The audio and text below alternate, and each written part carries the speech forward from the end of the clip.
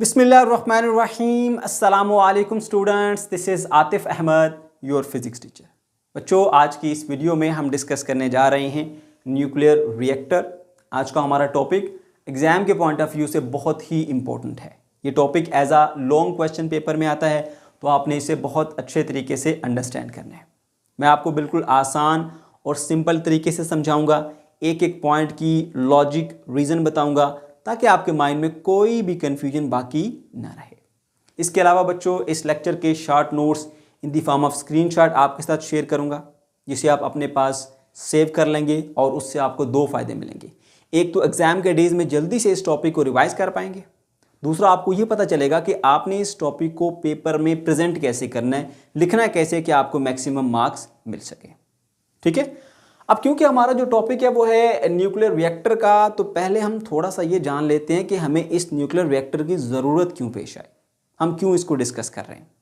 उसके लिए आपको कुछ इंपॉर्टेंट पॉइंट रिवाइज करने पड़ेंगे।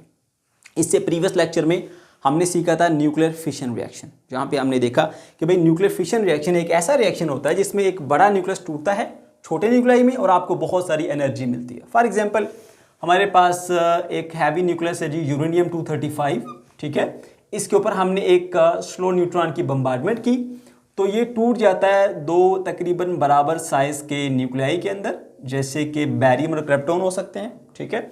और आपको मिलेंगे 3 न्यूट्रॉन, ठीक, और बहुत सारी एनर्जी मिलेगी। इसको हम बोलते हैं जी न्यूक्लियर फिशन रिएक्शन। क्यों? क्योंकि इसके अंदर एक बड़ा न्यूक्लियस टूटा है। ठीक है। टूटने को इंग्लिश में फिशन कहते हैं, इसीलिए हम इसको बोलते हैं न्यूक्लियर फिशन रिएक्शन। ओके। अब ये एक पॉइंट था जो कि आपने रिवाइज कर लिया। दूसरा पॉइंट जो यहाँ पे रिवाइज करने की ज़रूरत है वो है फिशन चेन रिएक्शन। अब एक बार आपने यहाँ पे फिशन रिएक्शन कनेक्ट किया, ठीक है, और आप जानते हैं कि इसमें से 3 न्यूट्रॉन मिलते हैं। अगर ये जो 3 न्यूट्रॉन यहाँ पर मिले हैं, अगर इनको अलाउ किया जाए कि ये फर्दर किसी यूरेनियम एटम के साथ टकरा के फिशन रिएक्शन करें, ठीक है, तो इस तरह रिएक्शन की एक चेन चल पड़ेगी। कैसे, मैं बताता हूँ। इस न्यूट्रॉन ने जाके इसके ऊपर बम्बार्डमेंट की, ये ब्रेक हो जाएगा बैरियम और क्रिप्टॉन के पेयर में, यानी फिशन फ्रैगमेंट्स में, और यहाँ से भी 3 न्यूट्रॉन जो है वो प्रोड्यूस हो जाएंगे। अब इन 3 न्यूट्रॉन में से भी अगर किसी एक को अलाउ कर दिया जाए कि वो फर्दर जाके बम्बार्डमेंट करे यूरेनियम के ऊपर, तो वो भी बैरियम क्रिप्टॉन के ग्रुप में ब्रेक होकर 3 न्यूट्रॉन जो है वो प्रोड्यूस कर सकते हैं। तो आप देख रहे हैं कि इस तरह से रिएक्शन की पूरी चेन चल पड़ी। आपने एक स्लो मूविंग न्यूट्रॉन को इसके ऊपर फेंका था, ठीक है, एक बार फिशन रिएक्शन किया, उससे प्रोड्यूस होने वाला न्यूट्रॉन ने आगे फर्दर फिशन प्रोड्यूस कर दी, उससे निकलने वाले न्यूट्रॉन ने आगे फिशन रिएक्शन को प्रोड्यूस कर दिया, तो पूरी एक चेन चल पड़ी। ठीक है। इसीलिए हम इसको बोलते हैं जी फिशन चेन रिएक्शन। अब बच्चों, चेन रिएक्शन भी 2 तरह के होते हैं, एक अनकंट्रोल्ड और एक कंट्रोल्ड।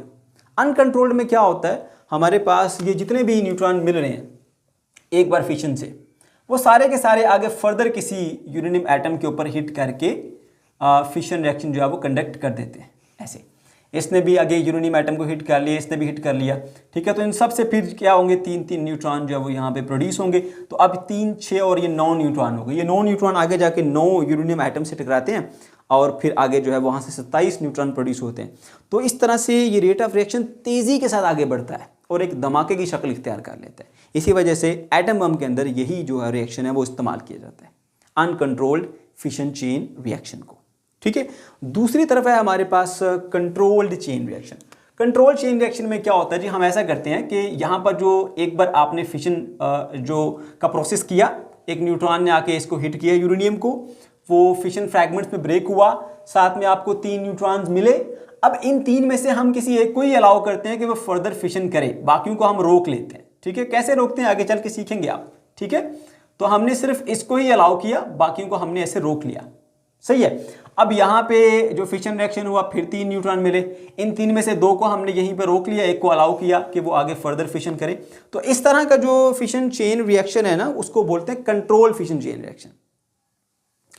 अब बच्चों, कंट्रोल फिशन चेन रिएक्शन को कंडक्ट करने के लिए कोई ना कोई सिस्टम, कोई डिवाइस तो आपको चाहिए होगी ना।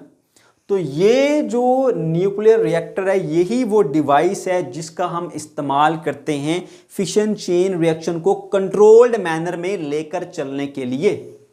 उम्मीद है अब आपको पॉइंट ये समझ में आ गया होगा कि हम इसको क्यों डिस्कस कर रहे हैं और ये क्यों हमारे लिए इतना इंपॉर्टेंट है। क्लियर हुई बात? ओके जी। तो याद रहे, अपने माइंड में ये चीज़ क्लियर रखें कि बेसिकली न्यूक्लियर रिएक्टर क्या होता है। ये एक ऐसी डिवाइस है जो कि फिशन चेन रिएक्शन को कंट्रोल्ड मैनर में लेके चलने के लिए हमें चाहिए होती है। ठीक है, हम अपने मुताबिक इसको लेके चल सकते हैं। हम चाहें कि हमें इससे एनर्जी ज़्यादा चाहिए तो हम ज़्यादा ले लें, हम चाहें कि इससे एनर्जी हमें कम चाहिए तो हम इसको कम कर सकें, हम चाहें ये रुक जाए तो ये रुक जाए।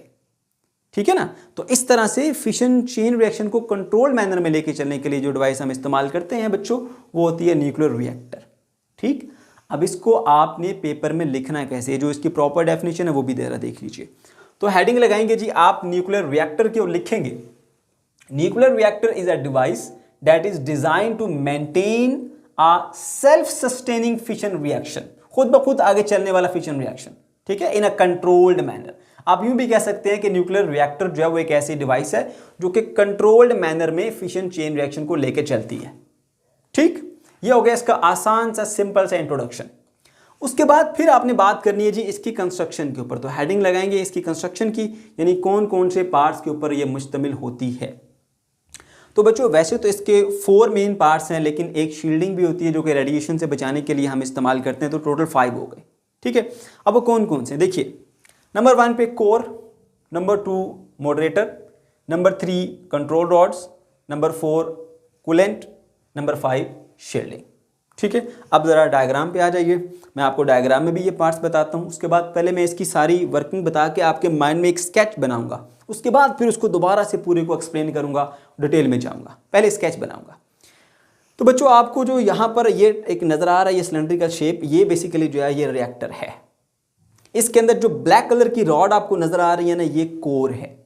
कोर असल में क्या होता है, कोर असल में न्यूक्लियर फ्यूल होता है, जो कि यूरेनियम की 1 सेंटीमीटर की रॉड्स होती हैं, जिसके अंदर हमने फिशन रिएक्शन को कंडक्ट करना होता है। उसके बाद आपको ये जो ग्रीन कलर का फ्लूइड इसके अंदर नजर आ रहा है, ठीक है, इसको मॉडरेटर कहते हैं। ठीक है, मॉडरेटर का काम होता है न्यूट्रॉन को स्लो डाउन करना। ठीक है, हाई एनर्जी न्यूट्रॉन को उनकी लो एनर्जी यानी उसको स्लो डाउन करना। और ये बेसिकली हम इस्तेमाल करते हैं जी जो हैवी वाटर है उसको इस्तेमाल कर लेते हैं, इसके अलावा ग्रेफाइट को इस्तेमाल कर लेते हैं। तीसरा जो पार्ट आता है वो हमारे पास कंट्रोल रॉड्स होती हैं। ये जो ब्लू कलर की रॉड्स आपको नजर आ रही हैं जो कि इन और आउट मूव कर सकती हैं, मूवेबल होती हैं, इनको हम बोलते हैं कंट्रोल रॉड्स। इनकी हेल्प से हम न्यूट्रॉन की तादाद को कंट्रोल करते हैं, और जब न्यूट्रॉन की तादाद को कंट्रोल किया जाता है तो उसी तरह से फिशन चेन रिएक्शन को भी कंट्रोल किया जा सकता है, क्योंकि न्यूट्रॉन ही आगे जाके फिशन रिएक्शन कंडक्ट कर रहे होते हैं। अगर आप उनको कंट्रोल कर लेंगे तो फिशन रिएक्शन आपके कंट्रोल में आ जाएगा। उसके बाद जो चौथा और अहम पार्ट है वो है जी हमारे पास इसका ये कूलेंट, या जिसको हम बोलते हैं हीट एक्सचेंजर। इसका काम क्या होता है बच्चों, फिशन रिएक्शन में बहुत ज़्यादा हीट जो है वो प्रोड्यूस होती है। इसका टेम्परेचर अबाउट 500 डिग्री सेंटीग्रेड तक चला जाता है। ठीक है, तो इसको ठंडा रखने की भी बहुत शदीद ज़रूरत है। तो उसको ठंडा रखने के लिए फिर हम ये जो कूलेंट सिस्टम है ना उसका हम इस्तेमाल करते हैं। ठीक है, अच्छा उसके बाद फिर हम क्या करते हैं, ये चारों पार्ट हमारे पूरे हो गए। अब हम वर्किंग पे आ जाते हैं। ध्यान से सुनिएगा वर्किंग कैसे काम करती है ये। सबसे पहले हम आ जाते हैं जी इसके सबसे मेजर और इंपॉर्टेंट पार्ट जो कि कोर है। मैंने बताया कोर क्या है, कोर हमारे पास जो है वो एक न्यूक्लियर फ्यूल है। अब न्यूक्लियर फ्यूल मैं क्यों बोल रहा हूँ इसे, देखो एक भट्टी है ना, भट्टी फर्नेस, उसके अंदर आपने लकड़ी फेंकी, उसमें ऑयल फेंका या उसमें आपने गैस दी, उसको जलाया, हीट उससे हासिल की, इस तरह उससे आप हीट हासिल करते हैं। तो जो भी आप उसमें मटेरियल डाल रहे हो, लकड़ी डाल रहे हो, कोयला डाल रहे हो, उसके अंदर ऑयल डाल रहे हो, उसमें गैस दे रहे हो, वो फ्यूल होता है। यहाँ पर क्या है जी, आप जो यूरेनियम एटम है ना, यूरेनियम एटम के थ्रू यहाँ पे आप हीट को प्रोड्यूस करेंगे, तो यूरेनियम जो है वो यहाँ पे एज अ फ्यूल एक्ट करेगा। ठीक है, तो यहाँ पर ये जो कोर है वो बेसिकली क्या है, वो हमारे पास न्यूक्लियर फ्यूल है। न्यूक्लियर फ्यूल किसका बना हुआ है, यूरेनियम का बना हुआ है। ठीक, ओके। अब इस जो यूरेनियम की रॉड्स हैं, इनके अंदर है वो हम एक स्लो न्यूट्रॉन की बम्बार्डमेंट करके इसमें फिशन रिएक्शन चलाते हैं। ठीक है, इनके अंदर मौजूद जो यूरेनियम है, यूरेनियम स्पेशली यूरेनियम 235, उसके ऊपर स्लो न्यूट्रॉन की बम्बार्डमेंट की जाती है। ठीक है, फिशन रिएक्शन स्टार्ट हो जाता है। फिशन रिएक्शन होगा, ठीक है, वो बड़ा एक हैवी न्यूक्लियस टूटेगा, छोटे न्यूक्लियस में जाएगा, फर्दर न्यूट्रॉन प्रोड्यूस होंगे। ठीक है, और वो न्यूट्रॉन आगे मजीद जाके जो फिशन चेन रिएक्शन है उसको चलाएंगे। ठीक है, यहाँ तक बात समझ में आ गई। ओके, अब यहाँ पर आपने स्लो न्यूट्रॉन की बम्बार्डमेंट कर दी, फिशन रिएक्शन हो गया, न्यूट्रॉन प्रोड्यूस हो गए। मसला ये कि यहाँ से जो न्यूट्रॉन प्रोड्यूस होते हैं वो हाई एनर्जी होते हैं, बहुत फास्ट न्यूट्रॉन होते हैं, जो कि सूटेबल नहीं है फर्दर फिशन रिएक्शन को कंडक्ट करने के लिए। क्योंकि मैंने आपको शुरू में बताया था कि अगर आपने फिशन रिएक्शन करना है तो एक स्लो न्यूट्रॉन की बम्बार्डमेंट की जाती है यूरेनियम के ऊपर। यूरेनियम 235 है, U235 के ऊपर स्लो न्यूट्रॉन हमें चाहिए, मगर ये तो बहुत फास्ट न्यूट्रॉन होते हैं। इनकी जो एनर्जी होती है वो अबाउट 2 मेगा इलेक्ट्रॉन वोल्ट, बहुत ज़्यादा अमाउंट ऑफ एनर्जी होती है इनके पास, फास्ट न्यूट्रॉन्स होते हैं ये। तो फिर उस पर्पज़ के लिए हम इस्तेमाल करते हैं जी मॉडरेटर को। मॉडरेटर क्या करता है, इनको स्लो डाउन कर देता है। ठीक हो गया। तो मॉडरेटर बेसिकली क्या, मैंने बता दिया आपको, ये हैवी वाटर होता है, ठीक है, या फिर हमारे पास ये ग्रेफाइट होता है। ये क्या करता है, फास्ट मूविंग न्यूट्रॉन को स्लो कर देता है, ठीक है, और उनकी एनर्जी को करीब कोई मेरे ख्याल से 2 मेगा इलेक्ट्रॉन वोल्ट से रिड्यूस करके ये ले आता है जी 0.025 इलेक्ट्रॉन वोल्ट पर। ठीक है, तो अब ये जो इसने स्लो डाउन कर दिया, अब स्लो न्यूट्रॉन जो है वो हमारे लिए आगे मजीद फिशन रिएक्शन कंडक्ट कर सकते हैं और एक चेन रिएक्शन को चला सकते हैं। इसलिए मॉडरेटर बड़ा अहम है, क्योंकि पहली बार जो फिशन हुआ वहाँ से प्रोड्यूस होने वाले जो न्यूट्रॉन्स हैं वो बहुत फास्ट होते हैं, उनको स्लो डाउन किया मॉडरेटर ने स्लो कर दिया। अब वो सूटेबल है वो न्यूट्रॉन कि वो फर्दर फिशन को कंडक्ट कर सकते हैं। तो फिर वो क्या करते हैं जी, फर्दर फिशन रिएक्शन को वो कंडक्ट करते हैं। ठीक है, फिर उससे क्या होता है, मजीद जो है वो यूरेनियम 235 ब्रेक होता है फिशन फ्रैगमेंट्स में, और साथ में मजीद न्यूट्रॉन प्रोड्यूस होते हैं। अब न्यूट्रॉन की तादाद बढ़ती चली जा रही है, मगर अगर ऐसा है कि आपको ज़्यादा एनर्जी उससे नहीं चाहिए, आपको एनर्जी कम चाहिए, आपने उसको कंट्रोल में लेके जाना है, बहुत तेज़ी से ना फैले उसका रेट, तो फिर आपको उसे कंट्रोल करने की ज़रूरत है। अब कंट्रोल करने के लिए आप इस्तेमाल करते हैं जी कंट्रोल रॉड्स का। ये कंट्रोल रॉड्स कैडमियम या बैरियम की बनी हुई रॉड्स होती हैं। इनके अंदर ये प्रॉपर्टी होती है कि ये न्यूट्रॉन को ऑब्जॉर्ब कर लेती है। ठीक है, तो हम क्या करते हैं जी, इसके अंदर ना डिप करना शुरू कर देते हैं। जैसे थोड़ा सा डिप करेंगे तो थोड़े से न्यूट्रॉन ऑब्जॉर्ब हो जाएंगे और ज़्यादा न्यूट्रॉन जो है वो अवेलेबल होंगे फॉर फर्दर फिशन रिएक्शन। ठीक है, अगर आपको मजीद रिएक्शन को स्लो डाउन करना है, इसको मजीद थोड़ा सा डिप कर देंगे, मजीद डिप करेंगे तो ज़्यादा न्यूट्रॉन एब्जॉर्ब कर लेंगे। अब थोड़े न्यूट्रॉन बच जाएंगे फर्दर फिशन रिएक्शन को लेके चलने के लिए। फिर आप क्या करते हैं, मजीद इसको नीचे लेके आते जाएंगे। अब जैसे जैसे इसको नीचे लेके आते जाएंगे, ये न्यूट्रॉन की तादाद ज़्यादा एब्जॉर्ब करता जाएगा और कम न्यूट्रॉन बच जाएंगे जो कि फर्दर फिशन रिएक्शन करेंगे। तो जब न्यूट्रॉन को ये अब्जॉर्ब कर लेगा तो इसने तो न्यूट्रॉन की तादाद को कंट्रोल कर लिया। जब इसने न्यूट्रॉन की तादाद को कंट्रोल कर लिया तो असल में इसने फिशन चेन रिएक्शन को कंट्रोल कर लिया। जो मैंने यहां पर बात की थी ना आपको कि देखिए 3 न्यूट्रॉन प्रोड्यूस हुए हैं, मॉडरेटर ने तीनों को स्लो कर दिया, अब तीनों अवेलेबल है फर्दर फिशन के लिए, लेकिन इन दो को हमने यहीं पर रोक लिया, इनको आगे नहीं जाने दिया। क्यों नहीं जाने दिया, इसको हमने एब्जॉर्ब करा दिया इन रॉड्स के थ्रू, यानी बैरियम कैडमियम की रॉड्स के थ्रू हमने इसको एब्जॉर्ब करा दिया। सिर्फ एक को हमने अलाउ किया कि वो फर्दर फिशन रिएक्शन कर सके।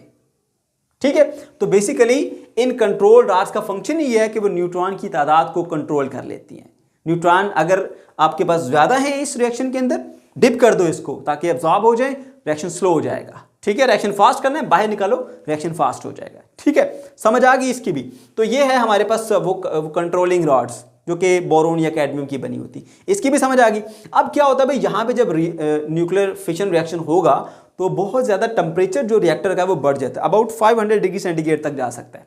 ठीक है, तो यहाँ पर इतना हाई टेम्परेचर अगर हो जाएगा तो वो तो इस जो फ्यूल रॉड्स हैं, ठीक है, उनको जला देगा, इनको मेल्ट कर देगा। तो फिर हमें उसको भी बचाना है, मॉडरेटर को, और इसको कूल करना है, ठंडा रखना है। अब ठंडा रखने के लिए कोई ना कोई सिस्टम आपको चाहिए होगा, वो हम इस्तेमाल करते हैं जी कूलेंट का। ठीक है, तो करते क्या है जी, हमने यहाँ पर एक पाइपलाइन लगा दी इसके अंदर। ठीक है, ये जो हैवी वाटर है यहाँ से मूव करता हुआ इस पाइपलाइन के अंदर मूव करता करता यहाँ से यूँ वापस आता है। अब इसको हमने कवर कर दिया, ये अब देख रहे हैं एक सिलेंड्रिकल शेप के अंदर, जिसमें हमने आम जो एक आम पानी होता है, नॉर्मल वाटर है, उसको इसके अंदर फिल किया हुआ है। ठीक है, अब इसके अंदर जो वाटर है वो हैवी वाटर है, यहाँ पर जो वाटर है वो नॉर्मल है। इसकी पाइपलाइन इसके अंदर से होके आती जा रही आ रही है। ठीक है, अब इसके अंदर जो पानी हमने फिल किया, याद रखना वो हमने बहुत हाई प्रेशर पे फिल किया होता है। क्यों, क्या मकसद है, अभी आगे तफसील में जाके बताऊंगा वो। ठीक है, तो ये हाई प्रेशर पर फिल करने की वजह से ये जो है वो बॉयल नहीं होता, ना ही गैस के अंदर चेंज होगा, ये वाटर लिक्विड की फॉर्म में ही रहेगा।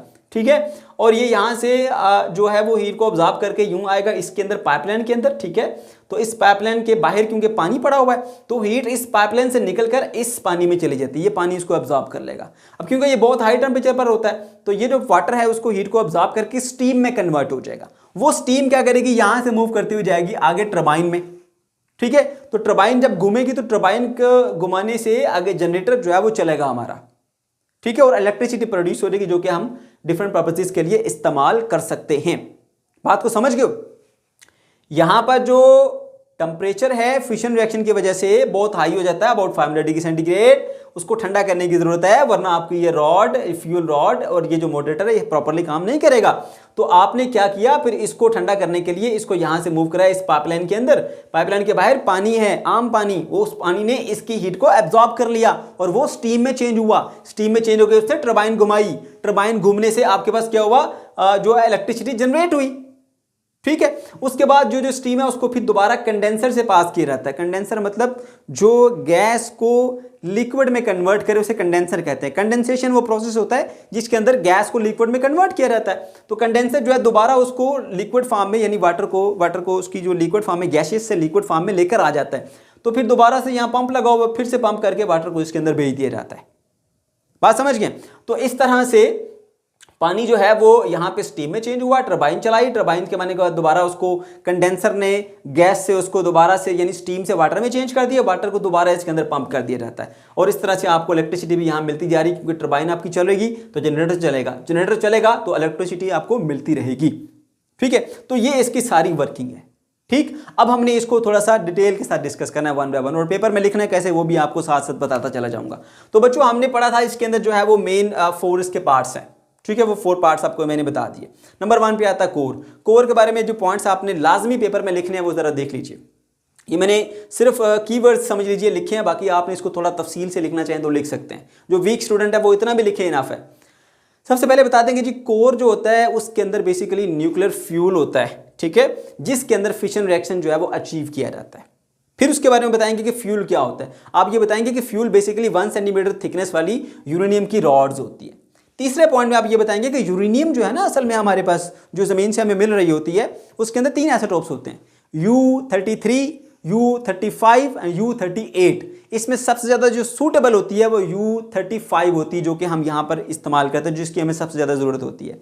अब जो बाकी है वो हमारी ज़रूरत नहीं है। लेकिन मसला ये है कि ये यूरेनियम 235 वाला जो आइसोटोप है वो नेचुरली सिर्फ 0.7% पाया जाता है, बहुत कम है।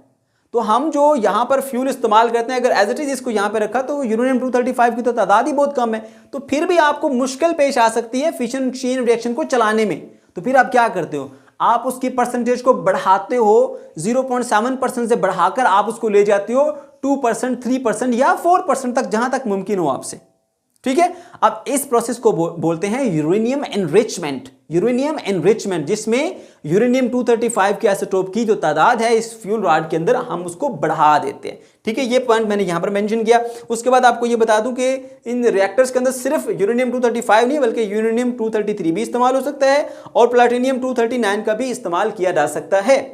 ठीक, फिर आप आ जाएंगे जी मॉडरेटर के ऊपर और बताएंगे जी मॉडरेटर बेसिकली हमारे पास ऐसी सब्सटेंस होती है जो न्यूट्रॉन्स को स्लो डाउन करती है। और ये आपने लाजमी बताना है कि न्यूट्रॉन को स्लो करना बहुत जरूरी है। क्यों जरूरी है? क्योंकि यहां पर फिशन रिएक्शन को कंडक्ट करने के लिए आपको एक स्लो न्यूट्रॉन चाहिए होता है। अगर स्लो न्यूट्रॉन नहीं होगा तो फिशन रिएक्शन कंडक्ट नहीं किया जा सकता। इस वजह से आपको यहां पे लाजमी तौर पे एक स्लो न्यूट्रॉन चाहिए। तो मॉडरेटर का काम ही है कि ये फास्ट न्यूट्रॉन को स्लो डाउन कर दे, उनकी एनर्जी को कम कर दे। अब जो न्यूट्रॉन पहली बार फिशन से प्रोड्यूस होते हैं 2 मेगा इलेक्ट्रॉन वोल्ट के करीब उसके पास एनर्जी होती है, जो कि बहुत ज्यादा है। तो ये मॉडरेटर इसको रिड्यूस करके 0.025 इलेक्ट्रॉन वोल्ट के ऊपर लेके आ जाती है। अब वो सूटेबल बन गया, अब वो फर्दर आगे फिशन रिएक्शन को कंडक्ट कर सकता है। ठीक है, उसके बाद फिर आपने क्या बताना है कि हम इसमें इस्तेमाल कौन सा मटेरियल करते हैं। 2 मटेरियल इस्तेमाल करते हैं जी हम यहाँ पर, या तो हम हैवी वाटर का इस्तेमाल करते हैं, ठीक है, या फिर हम क्या इस्तेमाल करते हैं जी ग्रेफाइट। ग्रेफाइट या हैवी वाटर, दोनों में से कोई एक मटेरियल हम इसके अंदर इस्तेमाल कर सकते हैं। फिर एक प्रॉपर्टी आपने बतानी है मॉडरेटर की। वो प्रॉपर्टी क्या है कि भाई जो भी मॉडरेटर इस्तेमाल करो ना उसको न्यूट्रॉन एब्जॉर्ब नहीं करने चाहिए, क्योंकि हमने फिशन चेन रिएक्शन कंडक्ट करना है, उसके लिए न्यूट्रॉन जरूरी है। अगर हमारा मॉडरेटर न्यूट्रॉन को एब्जॉर्ब कर लेगा, उनको अवेलेबल नहीं छोड़ेगा फॉर फर्दर फिशन रिएक्शन, तो फिर भी आपका जो फिशन चेन रिएक्शन है वो कंडक्ट नहीं किया जा सकेगा। इसलिए इसको एब्जॉर्ब भी नहीं करना चाहिए। और लास्ट में पॉइंट आप लिखेंगे कि भाई ये जो मॉडरेटर है ना, ये असल में हमारा जो ये जो न्यूट्रॉन है उसको सूटेबल बनाता है कि वो फर्दर फिशन चेन रिएक्शन को कंडक्ट कर सके। क्योंकि मैंने बताया कि जो फिशन रिएक्शन से प्रोड्यूस होने वाले न्यूट्रॉन्स हैं वो हाई एनर्जी न्यूट्रॉन्स होते हैं। उसको स्लो डाउन करने के लिए मॉडरेटर का इस्तेमाल किया जाता है और उसको सूटेबल बनाया जाता है फॉर फर्दर फिशन रिएक्शन। उसके बाद फिर नेक्स्ट जो है वो हमारे पास कंट्रोल रॉड, जैसे मैंने इनिशियली बताया था भाई, अगर हम चाहें इस न्यूक्लियर रिएक्टर के अंदर मौजूद जो न्यूक्लियर रिएक्शन हो रहा है, फिशन रिएक्शन, उससे कम एनर्जी लेना चाहें या उसको बंद करना चाहें या उससे एनर्जी की मिकदार बढ़ाना चाहें, तो वो हम किस तरीके से कर सकते हैं। तो ये कंट्रोल रॉड उसके लिए बहुत ज़्यादा अहम किरदार अदा करती हैं। जैसा मैंने इनिशियली बताया कि भाई देखो, आपने यहाँ पर फिशन रिएक्शन जो है वो कंडक्ट किया हुआ है, इसके अंदर बहुत ज़्यादा न्यूट्रॉन्स आ रहे हैं, ठीक है, बहुत ज़्यादा न्यूट्रॉन्स आएंगे तो फिशन चेन रिएक्शन जो है वो तेज़ी से बढ़ेगा, यानी उसका जो रेट ऑफ रिएक्शन है वो तेज़ हो जाएगा, एनर्जी ज़्यादा प्रोड्यूस होगी, जो कि आपको नहीं चाहिए, आपको चाहिए ही नहीं। तो फिर आपको क्या करना है, उसे कम करना है। कम करने के लिए क्या बोलोगे, ये बोरोन और कैडमियम की जो रॉड्स हैं वो इस्तेमाल कर लोगे। बोरोन कैडमियम की रॉड का फंक्शन क्या है कि वो जो न्यूट्रॉन्स हैं उनको एब्जॉर्ब कर लेती हैं और सिर्फ एक ही न्यूट्रॉन जो है उसको अवेलेबल छोड़ती हैं कि वो फर्दर जो रिएक्शन है वो कर सके, कंडक्ट कर सकें, ठीक है। तो आप इसके लिए इन रॉड का इस्तेमाल करोगे, उन रॉड को इसके अंदर डिप करोगे, वो जो न्यूट्रॉन है उनकी तादाद को एब्जॉर्ब करना शुरू कर देगी, यानी न्यूट्रॉन की तादाद को कंट्रोल करेगी। और जब न्यूट्रॉन की तादाद कंट्रोल हो जाएगी ना, तो इसके बाद फिर आपके लिए फिशन रिएक्शन ऑटोमेटिकली कंट्रोल में आ जाएगा। ये बातें मैंने यहां पर लिखी हैं। Rods of the cadmium and boron are used as a control rod to control the number of neutrons. जब न्यूट्रॉन कंट्रोल में आएंगे तो फिशन ऑटोमेटिकली कंट्रोल में आ जाएगा। Produce in the fission so that only one neutron can produce the further fission reaction, ठीक है। इस तरह से कंट्रोल करती है कि उनमें से जितने भी न्यूट्रॉन प्रोड्यूस हुए, कोई एक ही आगे फर्दर रिएक्शन कर सके, बाकियों को रोक ले, ठीक है। अच्छा, अब बोरोन और कैडमियम के अंदर ये एबिलिटी होती है कि वो न्यूट्रॉन को जो है वो अब्जॉर्ब करेंगी। ये पॉइंट आपने लाजमी मेंशन करना है। उसके बाद ये 3 पॉइंट्स मैं बता देता हूँ। उन 3 पॉइंट्स में क्या बताओगे कि भाई अगर आपने रिएक्शन को स्लो डाउन करना है तो बोरोन की रॉड्स को इसमें डिप करोगे ताकि ज़्यादा से ज़्यादा न्यूट्रॉन एब्जॉर्ब हो और कम न्यूट्रॉन अवेलेबल हो फॉर फर्दर फिशन रिएक्शन। अगर आपने रिएक्शन को फास्ट करना है, उसको तेज करना है, तो फिर आपने इन रॉड्स को बाहर की तरफ खींचना है ताकि कम न्यूट्रॉन एब्जॉर्ब हो और ज़्यादा न्यूट्रॉन अवेलेबल हो फॉर फर्दर फिशन रिएक्शन, ठीक है। और समटाइम कोई इमरजेंसी की सिचुएशन आ गई, उस सिचुएशन में आपने इस रिएक्शन को क्लोज करना है, बंद करना है, तो आप इन रॉड्स को कंप्लीटली इसके अंदर गिरा देते हो, ऐसे फुली डिप कर देते हो ताकि जितने भी न्यूट्रॉन है सब के सब न्यूट्रॉन इस बोरोन या कैडमियम की बनी हुई रॉड के अंदर एब्जॉर्ब हो जाए और कोई भी न्यूट्रॉन अवेलेबल ही ना हो कि वो फर्दर फिशन रिएक्शन को प्रोड्यूस कर सके। इस तरह से आप इस रिएक्शन को बंद भी कर सकते हो, ठीक। ओके जी, फिर आपने बताना जी कूलेंट के बारे में बताएंगे जी। हमारे पास ये जो कूलेंट होता है ना, वो बेसिकली एक तरह का हीट एक्सचेंज सिस्टम है। जो हीट यहाँ पे फिशन रिएक्शन में प्रोड्यूस हुई ना, उस हीट को यहाँ से लेके चला जाता है, यानी इसमें से निकाल लेता है, इसको ठंडा करता है। Coolant or heat exchange is used to cool down the fuel rods and the moderator. इस फ्यूल रॉड्स को और मॉडरेटर को ठंडा करने के लिए चाहिए होता है। क्यों, मैंने शुरू में बताया था आपको, क्योंकि फिशन रिएक्शन में बहुत ज़्यादा हीट प्रोड्यूस होती है। इसका टेम्परेचर अबाउट 500 डिग्री सेंटीग्रेड तक जा सकता है, जिससे ये फ्यूल रॉड मेल्ट हो जाएंगी, ठीक है। तो इसको ठंडा रखने के लिए, मॉडरेटर को ठंडा रखने के लिए ज़रूरी है कि भाई आप क्या करो, आप कोई ऐसा सिस्टम लेकर आओ जो इससे इस हीट ले ले। तो ये जो हीट एक्सचेंजर है ये इसमें से हीट को एब्जॉर्ब कर लेता है, ठीक है। और वो हीट जो है वो कहाँ जाती है, वो हीट जो है वो इस्तेमाल हो जाती है इस वाटर के जो मॉलिक्यूल हैं, ठीक है, उनको स्टीम में चेंज करने के लिए, ठीक हो गया। It is capable of carrying away large amount of heat energy generated in the fission reaction. ये इस काबिल होता है कि ज्यादा से ज्यादा अमाउंट ऑफ हीट एनर्जी इस रिएक्शन से निकाल के लेके जा सके, ठीक है। During fission reaction the temperature increases up to 500 degree centigrade that can be melt the fuel rod. मैंने बताया आपको 500 तक पहुंचता है, डेंजरस है, फ्यूल रॉड मेल्ट हो सकती हैं, जरूरी है ठंडा किया जाए। कैसे करोगे, हीट एक्सचेंजर से, ठीक। उसके बाद फिर आपने ये बताना है heat carried by the coolant produce the steam that can run a turbine which is in turn generate to produce the electricity। वही बात जो आपको यहाँ पर एक्सप्लेन करके आया हूँ कि यहाँ से जो हीट एनर्जी मिली, वाटर को स्टीम बनाया, स्टीम जो टरबाइन चलाई, टरबाइन ने जनरेटर चलाया, जनरेटर से इलेक्ट्रिसिटी मिल गई, ठीक। यही बात यहाँ पर मैंने एक्सप्लेन की है। लास्ट पार्ट में फिर आप आ जाएंगे, वो है जी हमारे पास रेडिएशन शील्ड, ठीक है। अब जो शील्ड है इसका मतलब ये होता है भाई आपको कोई प्रोटेक्शन है। अब यहां पर जो एक न्यूक्लियर रिएक्शन हुआ, उस न्यूक्लियर रिएक्शन के अंदर आपका एक हैवी न्यूक्लियस टूटता है फिशन फ्रैगमेंट्स के अंदर। ये 2 फिशन फ्रैगमेंट्स है, लाइक बैरियम हो सकता है, क्रिप्टोन हो सकता है, और भी बहुत सारी फ्रैगमेंट्स होती है। मैं 2 फेमस जो है उनकी बात कर लेता हूं, बैरियम एंड क्रिप्टोन। अब बैरियम क्रिप्टोन जो है ये फिशन फ्रैगमेंट्स हैं, ये भी रेडियो एक्टिव होती है, ये भी अपने अंदर से रेडिएशन एमिट करती है, यानी डिके प्रोसेस इनके अंदर भी होता है। अपने अंदर से अल्फा पार्टिकल, बीटा पार्टिकल या गामा रेज को एमिट कर सकती हैं, ठीक है।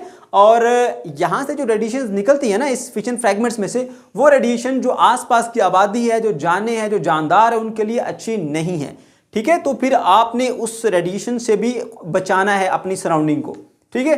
तो उसके लिए फिर क्या करना पड़ता है, कुछ ना कुछ ऐसा प्रोसेस आपको करना पड़ेगा, जैसे कि आपने जो एक कंक्रीट की और लेड की बनी हुई एक वाल कर लेते हैं फ्यू फीट की, यानी कुछ फुट की जो उसकी चौड़ाई वाली कंक्रीट और लेड की वाल उसके गिर्द बना देते हैं, जो कि रेडिएशन को वहीं पे अब्जॉर्ब कर लेती हैं और उस रीजन से बाहर रेडिएशन को जाने की इजाज़त नहीं देती, ठीक है। इस तरह जो आपकी सराउंडिंग है वो प्रोटेक्टेड रहती है इन रेडिएशन से और इनके मतलब जो खतरात हैं, ठीक है। तो मैंने यहाँ पर ये पॉइंट भी लिखे हैं। Fission fragment in a reactor undergoes radioactive decay and produce the radiation, यानी फिशन फ्रैगमेंट्स भी रेडियोएक्टिव डिके करती हैं और फिशन और सॉरी जो रेडिएशन है वो प्रोड्यूस करती हैं which are harmful to the life. There must be a process of absorbing these radiations, usually a concrete wall with a lead of few feet thickness is used as a shield. अब क्योंकि इसका temperature बहुत ज़्यादा बढ़ जाता है और हमने बट ऐसा किया हुआ है कि इसको हाई प्रेशर पर इसके अंदर फिल किया हुआ है। जब इसको हाई प्रेशर पर फिल करेंगे ना तो ये वाटर जो है वो बॉयल नहीं हो पाएगा। आपने छोटी क्लासेस के अंदर एक कंसेप्ट पढ़ा होगा क्लास 9th के अंदर कि जो वाटर है वो माउंट एवरेस्ट के ऊपर किसी और टेम्परेचर पर बॉयल होता है और सी लेवल पर किसी और टेम्परेचर पर बॉयल होता है। उसकी वजह क्या है, माउंट एवरेस्ट के ऊपर जब आप जाएंगे तो एक्सटर्नल जो प्रेशर है वो कम हो जाता है, ज़मीन के ऊपर एक्सटर्नल प्रेशर ज़्यादा है। तो जैसे एक्सटर्नल प्रेशर ज़्यादा होता है उसी लिहाज से जो बॉइलिंग पॉइंट है वो भी बढ़ जाता है। तो ज़मीन पे पानी जो है वो तकरीबन 100 डिग्री सेंटीग्रेड के ऊपर जाके बॉयल होता है। माउंट एवरेस्ट के ऊपर जाएंगे तो इसका जो बॉइलिंग पॉइंट है वो कम हो जाता है, लो हो जाता है, ठीक है। बात समझ गए? ओके। तो इसी तरह याद रखिएगा कि जैसे जैसे आपका एक्सटर्नल प्रेशर जो है वो बढ़ता चला जाएगा वैसे वैसे जो इसका बॉइलिंग पॉइंट है वो भी हाई होता चला जाएगा, सही है। अब यहाँ पे हमने इसको बहुत हाई प्रेशर पे जाके इस वाटर को, हैवी वाटर को इसके अंदर फिल किया हुआ है, इसलिए ये बॉयल नहीं होगा, ठीक है। ये 500 डिग्री सेंटीग्रेड तक इसका टेम्परेचर चला जाता है लेकिन फिर भी ये बॉयल नहीं होता। वैसे नॉर्मली इसका जो हैवी वाटर का जो बॉइलिंग पॉइंट होता है वो 101.4 डिग्री सेंटीग्रेड होता है, बट क्योंकि हमने इसको बहुत हैवी प्रेशर पे जाके इसको फिल किया हुआ है इसके अंदर, तो प्रेशर हाई होने की वजह से अब इसका जो बॉयल होना है वो 100 पे नहीं होता, ठीक है। ये वाटर की सूरत में ही रहता है। फिर सुन लीजिए, एक्सटर्नल प्रेशर जितना ज़्यादा होता चला जाएगा उतने ज़्यादा टेम्परेचर के ऊपर जाके पानी बॉयल होगा। प्रेशर कुकर के अंदर अगर आप पानी को बॉयल करें करीब 200 डिग्री सेंटीग्रेड के ऊपर जाके बॉयल होता है, क्योंकि प्रेशर कुकर में पानी के ऊपर एक्सटर्नल प्रेशर बहुत ज़्यादा बढ़ जाता है। तो जितना ज़्यादा आप एक्सटर्नल प्रेशर बढ़ाते जाते हो उतना उस सब्सटेंस का जो बॉइलिंग पॉइंट है, उस लिक्विड का जो बॉइलिंग पॉइंट है वो बढ़ता चला जाता है। तो यहाँ पर इसके अंदर जो हमने हैवी वाटर फिल किया हुआ है वो बहुत हाई प्रेशर पे फिल किया हुआ है, इसी वजह से हाई टेम्परेचर पर होने के बावजूद ये बॉयल नहीं होता, ये गैस में कन्वर्ट नहीं होता। तो बच्चों, ये था हमारा आज का टॉपिक। अगर आपको कोई कन्फ्यूजन है या किसी किस्म का कोई प्रॉब्लम है तो कमेंट सेक्शन के अंदर आप ज़रूर पूछ सकते हैं। अल्लाह हाफिज़।